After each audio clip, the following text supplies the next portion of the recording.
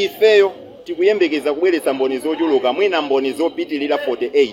Iwo aboma ndi amene akuyenera kuti alimbikire kuti mwina nkhani yawo ikhale bwino. Zimene kwa ifeyo tikuona kuti ndi zinthu zomuchitira ubwino Ken. Mboni imodzi imene akuti ndi odandaula inafotokoza mu court kuti akuti atapita ku polisi ananena kuti ine nkhani izi ndi zabodza sindikuzidziwa.